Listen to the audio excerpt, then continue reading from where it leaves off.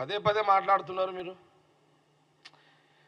పార్టీలు మారడము, ఇటు నుంచి అటు పోవడము, అటు నుంచి ఇటు రావడము అది మామూలే. అది పెద్ద సీరియస్ మ్యాటర్ కాదు.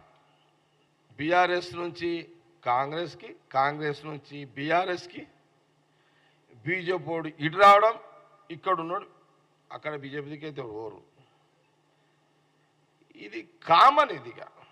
ఇది సీరియస్ మ్యాటర్ కాదుగా. ప్రజలు కూడా దీని గురించి పెద్దగా ఆలోచన చేస్తలేరు, పట్టించుకోవట్లేదు. ఇది అత్తగారిల్లు తల్లిగారిల్లు అయిపోయింది ఇప్పుడు పాలిటిక్స్ ఎట్లయిందంటే అత్తగారిల్లు తల్లిగారిల్లు. ఇది రాజకీయాలు మారిపోయినాయి. ఇప్పుడు అంతా సిస్టమ్ అంతా మారిపోయింది. దాని మీద చర్చ వేస్ట్, వృధా.